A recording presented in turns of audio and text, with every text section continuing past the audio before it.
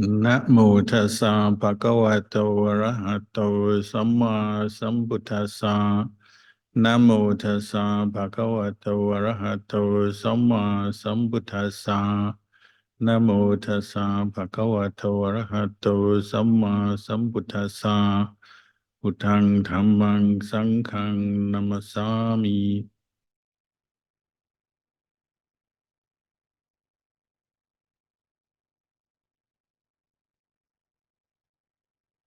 Blessings, good evening. This evening we're remembering Chris Budamus. So for me, that means remembering my teacher, Ajahn Chah, who coined the phrase out of his great kindness and compassion for the foreign Sangha, the foreign monks who came to live and practice with him, who had strong cultural ties to Christmas and all the associated things that happen at Christmas back in Europe, America, Australia, and so on. Living in Thailand, which traditionally doesn't celebrate Christmas. Ajahn Chah had great compassion, realizing that many of his foreign students would probably be missing home. Christmas, New Year is a time when people come together as families. Not always the most peaceful, but generally there is a sense of goodwill and kindness in the air. So I think feeling sorry for some of the monks who were in the jungle without families visiting them, at a disadvantage, because the local Thai monks did have families who they might see regularly. The Western monks didn't. And in those days, they didn't have telephones, email. If you were lucky, you might get a letter, postcard, or parcel, but they didn't always get through on time. Sometimes they didn't get through at all. So on Christmas Eve, Christmas Day, sometimes Ajahn Chah would visit the Western Sangha at the International Forest Monastery and be like a Buddhist Father Christmas, dispensing goodwill, kindness, and wisdom, and not so much presents, because there wasn't much to give away in those days as a Buddhist monk materially, but something far more valuable is the Dhamma, which Ajahn Chah would dispense liberally. So he coined this phrase, Chris Budamus, as you can. When you practice the Dhamma, you can see the good in many aspects of life, even non-Buddhist life, meaning non-Buddhist cultures, customs, behaviors of society and different societies. Somebody who's in tune with the Dhamma, the truth, will notice the good in many different things, the good in different people, and the good in different religions, different aspects of society. So Ajahn Chah was very good at doing that. He coined this phrase, Chris Budamus.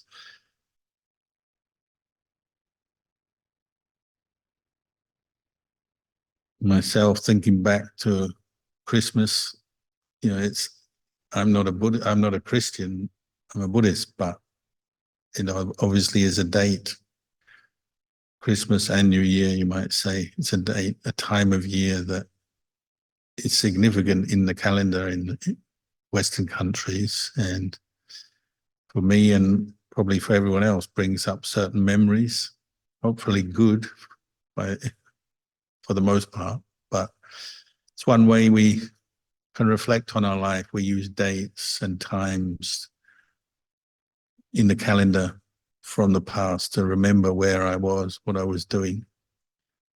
It may not be that significant because it's all finished. We're aiming to cultivate mindfulness in the present moment through our Buddhist practice, but you can still use the past to reflect and learn, gain some insight perhaps into yourself and into various truths. Like for most of us Western monks, you think of Christmas Eve, like tonight, you think of times when you were a child. So for me, it would be a time where, when I was a young child, it would be a time of expectation, because my parents were very kind and would always buy us Christmas presents in our household. So Christmas was a time of generosity. Not so much generosity for others, a little bit of that, giving away presents, food and other things to other families, other people. But for myself, and being brought up in a Christian family, it was more like, what will I get this year?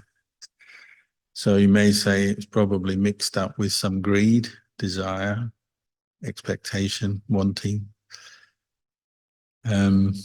But myself, I was so confident in my parents' generosity. I never used to think too much about what I wanted for Christmas, because I knew they would find something that I liked. They're very good at that.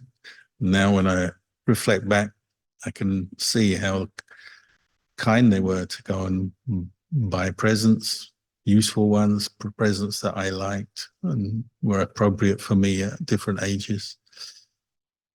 I can appreciate that, the love of parents often is displayed in that way. But Christmas, partly in our culture, is a time of giving, isn't it? Giving and receiving, sharing, meeting family, sharing food.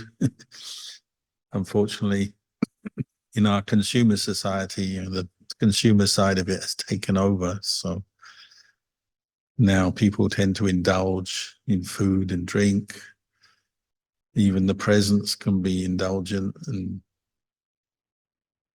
can fuel certain mental defilements as much as goodwill. Nevertheless, we try to focus on the goodwill, that side of it, the appreciation of each other, appreciation of each other's kindness, the gratitude, perhaps, these kind of qualities. And it tends to be a holiday time, whether you're Christian or Buddhist or any other religion or no religion. It's a time where most people in Australia and in many parts of the world, they stop work at least for a day or two. When you stop work, is a time you can reflect on life. You've got a bit of time. Of course, we often fill that time up with indulgence in food and drink and partying and games and whatever else people like. But I would encourage you to use it as a time to reflect on life, on the importance of family, reflect, maybe cultivate some gratitude, appreciation of some of the good things that have happened to you. Like for me, reflecting on the kindness of my parents makes me feel happy for them, that they were good parents, kind parents. Happy for myself, my younger self, that I received a lot of love and care from my parents. It's a time you can reflect in this way on the goodness in yourself, goodness in others, and maybe determine your mind to practice kindness and compassion more in your life, just as we did in the meditation.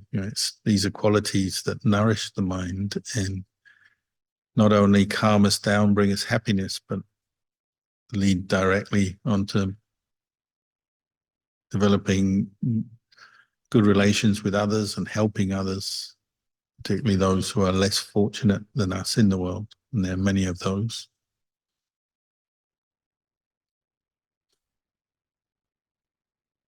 I also remember when I was a teenager, things change when you're a teenager. So Christmas Eve would be a time to go out partying, which meant drinking up until the time I started meditating. Once I started meditating, when I was about 17, 18, I gave up drinking. But before that, I would go out partying. And so Christmas can easily turn ugly, can't it? When you party too hard, too much drink, drugs, too much socializing. I can remember on a few occasions, Christmas Eve, not so much me getting drunk. I didn't get drunk too much, but other friends getting drunk, Other boys fighting over the girls, maybe the girls fighting over the boys, but I'm not sure I can remember that. Boys fighting amongst each other, strangers fighting. You know, the goodwill can disappear very quickly when you get drunk or drugged. That happened on a few occasions. I remember once I was thinking one Christmas Eve when I was about 16 or 17, I was probably breaking the law. I was in a bar with a lot of friends, some older, some the same age. And as people got more drunk as the night went on, eventually a fight broke out. This was a bar in South London, which could be quite a rough place in parts anyway. And I remember on Christmas Eve, this huge mass brawl breaking out in one pub or bar I was in. Literally dozens and dozens of people just drunkenly fighting each other for no reason at all other than that they were drunk. And I was sitting in the corner with a friend, just kind of looking at each other going, what are we doing here? In the wrong place. And then at midnight, someone shouted out, "It's Christmas," at the top of their voice. And all the fighting stopped. And people just, who had previously been tearing each other apart, and there was quite a bit of violence. You know, people were smashing bottles and glasses, and there was some blood and bruises, and people were hurt. They all just stopped instantly when this guy shouted out, "It's Christmas." And because my friend and me, we weren't drunk, and we were just sitting there watching the whole scene unfold, we noticed what a powerful word and idea it was. Even a drunken brawl with about 30 or 40 people fighting could stop with this word being said. We compared it to the First World War. You probably have heard that story of how the Germans and the British troops stopped fighting for Christmas Day and came out, had a break, a truce before they went back to their war. It was a bit like that, the power of Christmas. And we were thinking, where does that come from? It came from a Christian background, you know, Jesus, the birth of Jesus. In Buddhism, we'd probably call Jesus a bodhisattva, someone with some barami at least, somebody who's made a lot of good karma, a lot of merit over many lifetimes. And began the Christian religion. So someone with a lot of good qualities that inspired people at that time. And then since then, there are still a lot of Christians in the world. So just saying the word Christmas and the sort of automatic link in people's mind to Jesus, to the birth of Jesus, the birth of this person with a lot of merit, barami, and all the kindness, compassion of a figure such as Jesus, was enough to stop a huge fight or a war, a world war, at least for a day.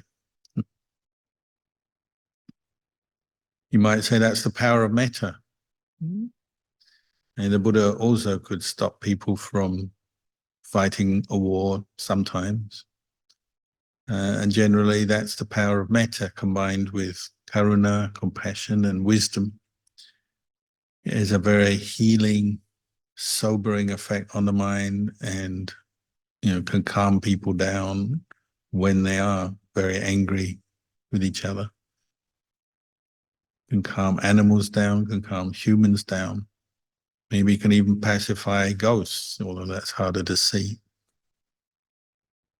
So these qualities of metta and karuna are very powerful, and sometimes even just a word is enough.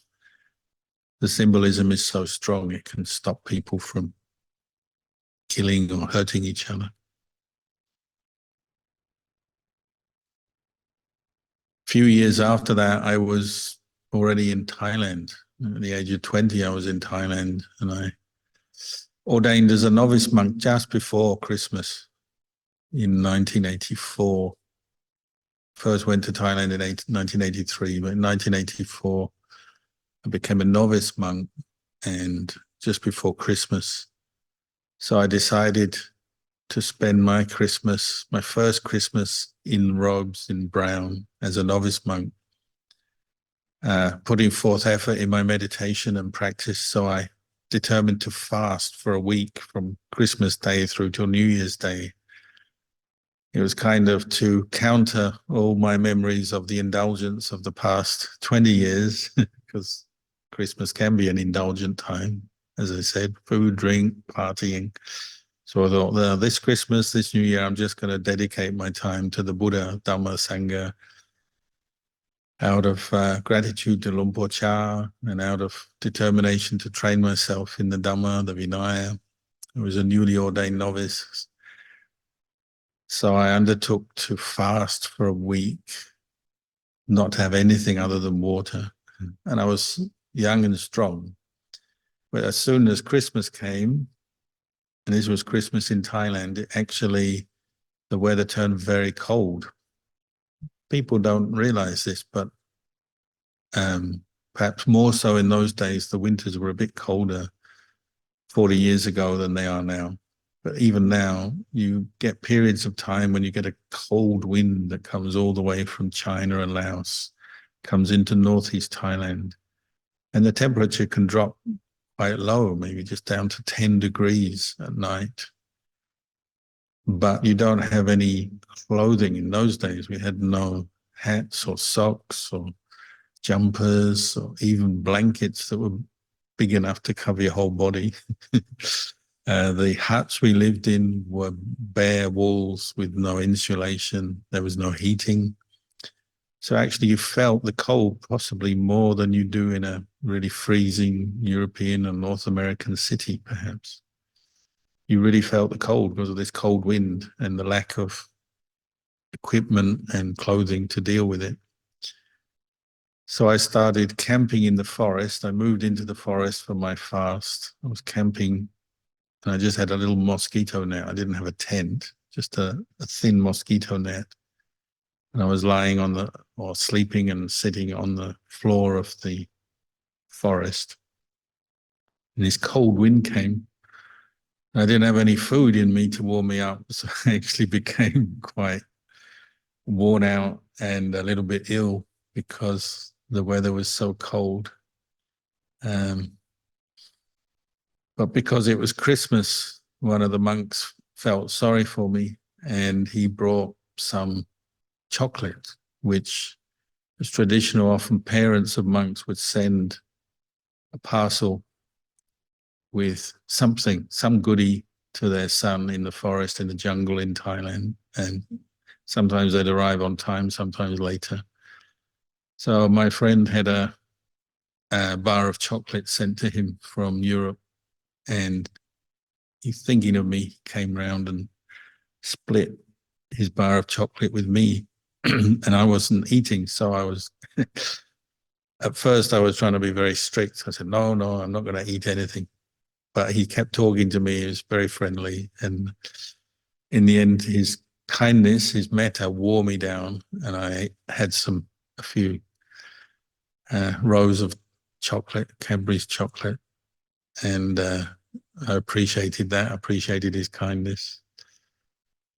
But then I'd been uplifted by that. Had my bit of chocolate in the middle of my fast.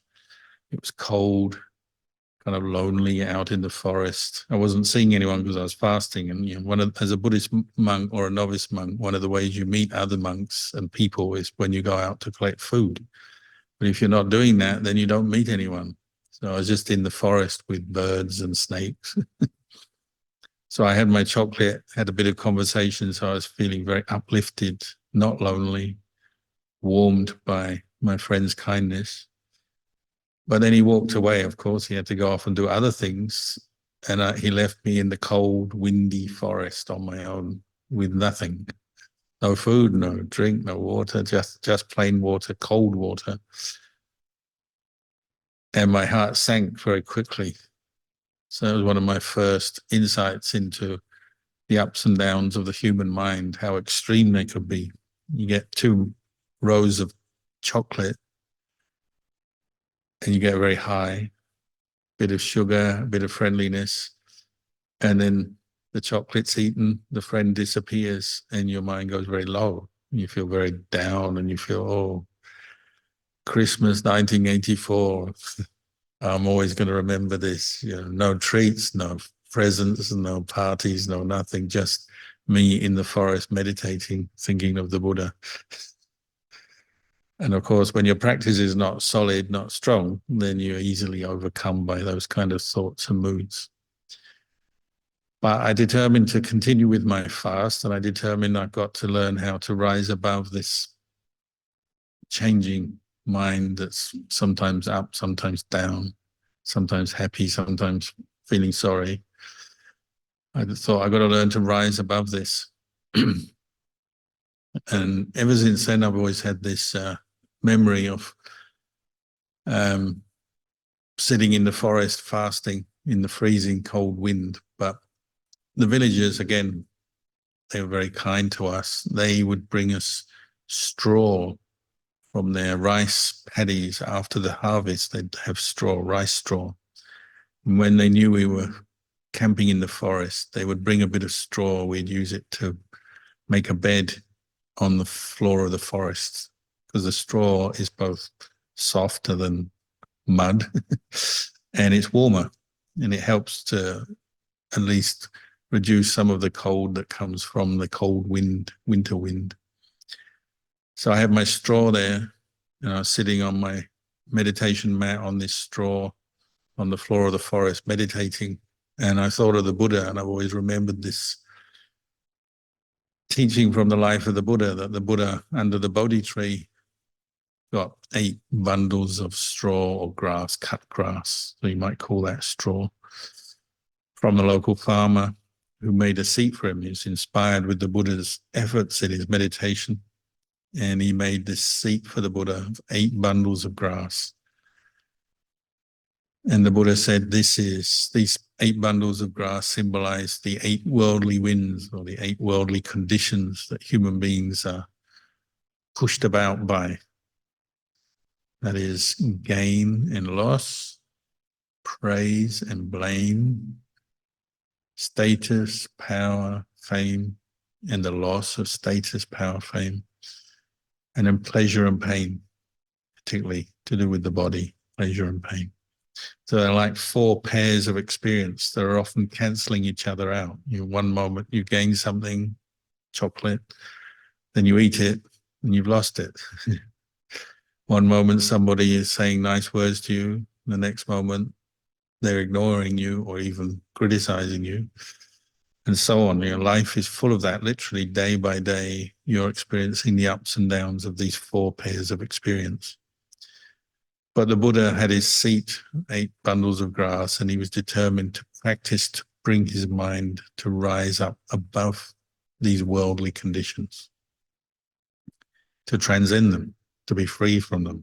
Because he saw when we're attached to the worldly conditions, where our mind is a slave to gain and loss, praise and blame. The mind that is well trained with mindfulness and wisdom, that sees these conditions as impermanent, as suffering, as not self, goes beyond them. And the idea was to rise up above the 8 worldly conditions, just as he could rise above his 8 bundles of grass. So I used that as my kind of symbol for my week-long fast, my first year in the of Christmas and New Year in the robes. And of course, I wasn't quite on the level of the Buddha, but I used his example, and I was determined to transcend the 8 worldly conditions that push us around all the time. This word transcend means going beyond. It means going to the level of the transcendent, we call Lokuttara Dhamma. Lokuttara means above and beyond or outside. So the mind of Nibbana, or the Arahant, is above and outside the worldly conditions. So that's the goal of the practice. The opposite is Lokiya. Lokiya means of the world, part of the world. So praise and blame, gain and loss, status, loss of status, pleasure and pain. These are of the world. These are normal worldly conditions that we experience every day. But our practice is training us in the transcendent. And the way you achieve that, the way you go beyond the worldly conditions, is cultivating the Noble Eightfold Path. This is what gives rise to Lokuttara Dhamma, what we call Magga, Phala, Nibbana, the path, the fruit, and the deathless. Another way of referring to Nibbana. One who's experienced the deathless is no longer bothered by praise and blame, gain and loss, pleasure and pain. Their mind is beyond it, above it, transcendent of it. So that was my first Christmas, New Year in the monastery in the jungle in Thailand. The bonus came after my fast. A parcel arrived from my mum, and she was a great cook. And for the first few years I was in Thailand, she would cook a Christmas cake and mail it to me, feeling sorry for me, a bit like a prisoner of war or prisoner getting my Red Cross parcel or something. And many of the monks had similar experiences with their parents, sending them kind of treats and things for Christmas.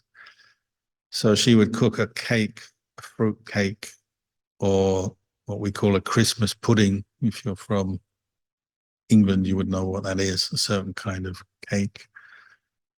But of course, by the time it reached the jungle of northeast Thailand, it'd taken weeks, if not months, probably weeks, maybe months, to get there, and had been handled by many people, checked and sniffed, no doubt, to see whether there's anything valuable in it. And so by the time it got to me, it was a brown paper parcel full of crumbs.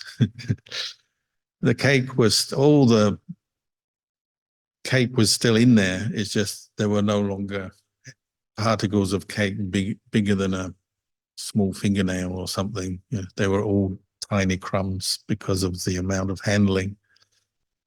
But you could eat them with a spoon. So, and I was a novice, so I could receive this parcel of food, and I couldn't eat it after midday, but I could save it for my meal and shared it with others. So we ate my mother's Christmas cake out of cups because she couldn't really eat it any other way. You just poured it into a cup, a bit like breakfast cereal, and ate it with a spoon because you couldn't pick up pieces of cake. There was nothing to pick up. Anyway, it still tasted quite nice, I seem to remember. So even though the form of the cake had changed from a cylindrical, solid, good-looking cake to a bunch of crumbs, the actual taste hadn't changed very much. And so I appreciated that and shared it with my friends. And that's what we did at Christmas. Whoever got a treat, we would share it. There was one monk who would get very nice real coffee, which in those days was a real treat. It was very rare for monks to get real coffee. So one monk got a packet of real coffee. I got a Christmas cake. Another monk got some chocolate. Another monk got sent a newspaper. So we'd sit around chuckling, happy with ourselves that we had all these treats, which didn't last very long at all, but enough just to get you to see the excitement of the mind when you received a treat. And then the treats were over, Christmas was gone, and we go back to meditation, Bindabata, the cold forest of northeast Thailand. And so you learn how to not let your mind get pushed around by these different highs and lows, ups and downs of Christmas in a forest monastery in Thailand.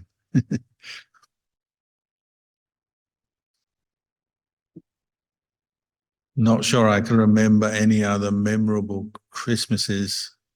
I remember some years in Thailand, I was out in the forest at Christmas, New Year time, and it really had no meaning at all. There was no one near me or around me who knew anything about Christmas or Christmas holidays or Christmas cake or anything like that. say, just staying out in the forest, when camping in the forest in some national parks or remote border areas of Thailand, Christmas had no meaning at all. Nobody mentioned it. If I didn't have a calendar, I probably didn't even know it was Christmas. Didn't have mobile phones and internet in those days. So you just carried on practicing, and you lost touch with a lot of world news, world events, dates, things like Christmas, which didn't have much relevance in Thailand, perhaps. It just didn't matter. You just had one meal a day from maybe from local village food in some part of Thailand. Spend your day sitting, walking meditation, keeping your place tidy, learning suttas or reciting chants, parita chanting, and so on. Sometimes reading Dhamma books, even though they didn't have that many in those days. Occasionally we had a Dhamma book or a sutta to read. So Christmas could be pretty basic.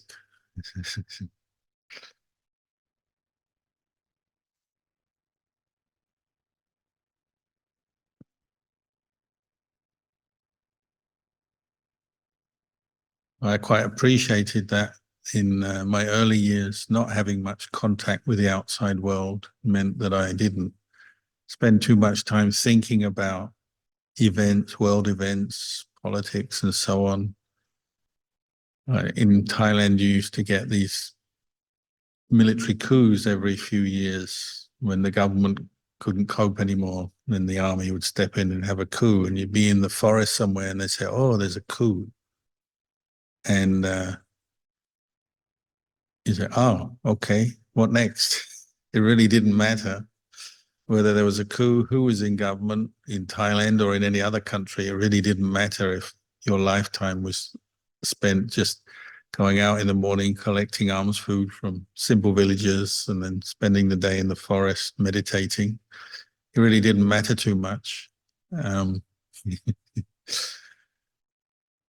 in a way, it was kind of a beautiful lifestyle, being able to set aside all the affairs of the world that fill newspapers and TV screens and nowadays computers. Quite pleasant, because you really could focus very easily on your practice of cultivating the Noble Eightfold Path to transcend the world. You know, to transcend the world, sometimes you need to take a step back from it, seclusion, what we call viveka. So the beginning of our practice as forest monks is what we call Gaya Viveka, physical seclusion. So coming to live in the forest, whether it's a monastery or a hermitage or even just camping.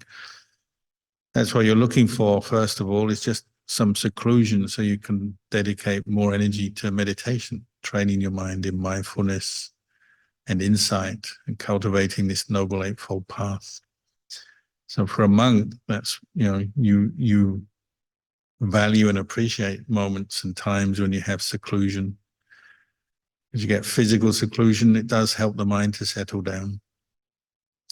If you're living the lay life, well, you can still attain physical seclusion. Sometimes you go on retreats or go to stay in a monastery, or even just for temporary periods, you go for walks in the countryside. And that can be very useful for us, time to reflect, even going for a walk around the park, your local park, that has some green, some trees, some greens.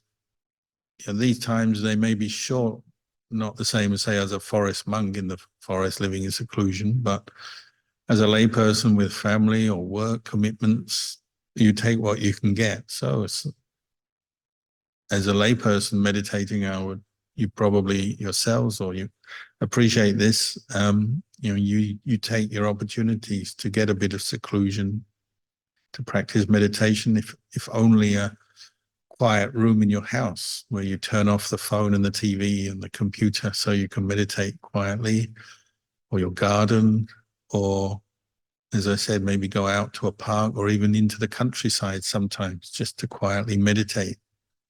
You can do that. As a layperson, you have to rely on your smaller, briefer moments of seclusion.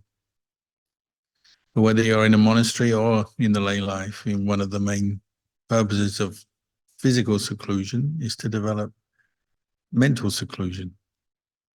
So if you're limiting your contact with the world a bit, then you've got more energy to turn your attention inwards, as we do in meditation, to cultivate states of calm, samadhi, taking your mind to beyond the hindrances, perhaps through meditation and mindfulness practice. And you can experience this inner seclusion, what we call citta viveka, which is dependent on kaya viveka, physical seclusion, but it's mental, it's internal. And when your mind is peaceful and your energy is turned inwards, that's citta viveka, mental seclusion from the defilements, from the hindrances. And the mind is functioning at its best. It's peaceful, it's bright, happy, and suitable for contemplation. In meditation, we're constantly reminded to develop these two paths. Seclusion from the hindrances or the defilements, and then insight, develop from that place of seclusion, learning to reflect and see the changing nature of thoughts and feelings and memories and how we feel about things and the ups and downs of the mind. When you experience a bit of inner seclusion and inner peace, you can see them very clearly. So, you get high from having some chocolate. That is a genuine high, but it doesn't last very long. So you see it's impermanent. When your mind is peaceful, there's mindfulness there. You can see the high of getting what you want or having something you like. It's a genuine high. You feel good. You feel excited, stimulated perhaps, but then it passes. And if it's something as simple as chocolate, well, it passes very quickly. And you see the impermanence of that state of high, the excitement, the happiness, the pleasure. And it's also, you can see the unsatisfactory nature of attaching to pleasure, just as attaching to pain is obviously unsatisfactory, can't bring us lasting happiness. Even attaching to pleasure doesn't bring us lasting happiness because it doesn't last. So what is impermanent is unsatisfactory. And what is impermanent, unsatisfactory, you cannot take as self because it's ultimately beyond our control. Whatever you're looking at and saying, this is me, this is mine. So if it's pleasure or something that you are becoming attached to, some gain, some pleasure, some nice words from another person, contemplating the impermanent nature of that pleasure and that happiness, you come to see, well, it's not me or a self. It's not me, mine, myself anyway. It's a state of mind. It's a feeling. It's a sensation. It's a thought that doesn't last. And what doesn't last, you can't take as self because it's impermanent.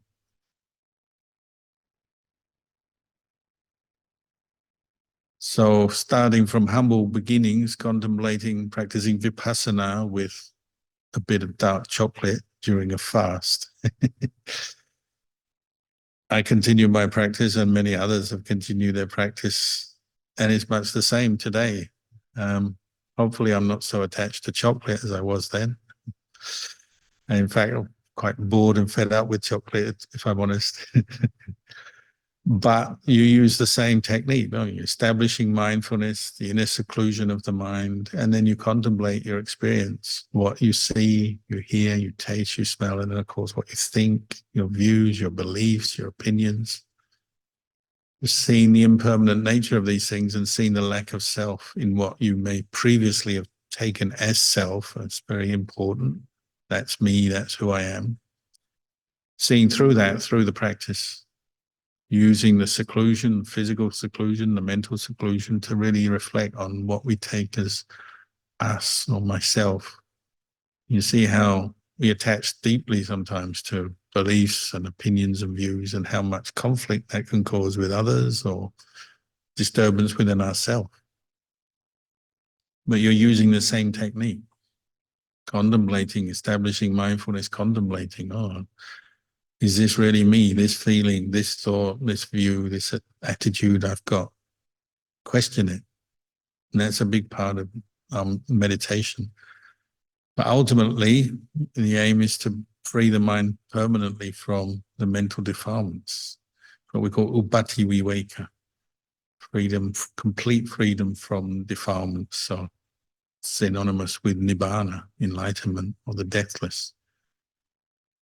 That's the aim of the practice, but it's something we work towards, whether you're in the lay life or in the monastery.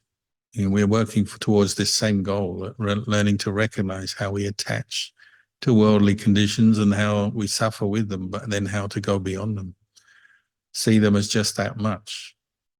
Praise is praise, blame is blame, pleasure is pleasure, pain is pain, gain is gain, loss is loss. Just seeing it without building too much attachment or importance into it.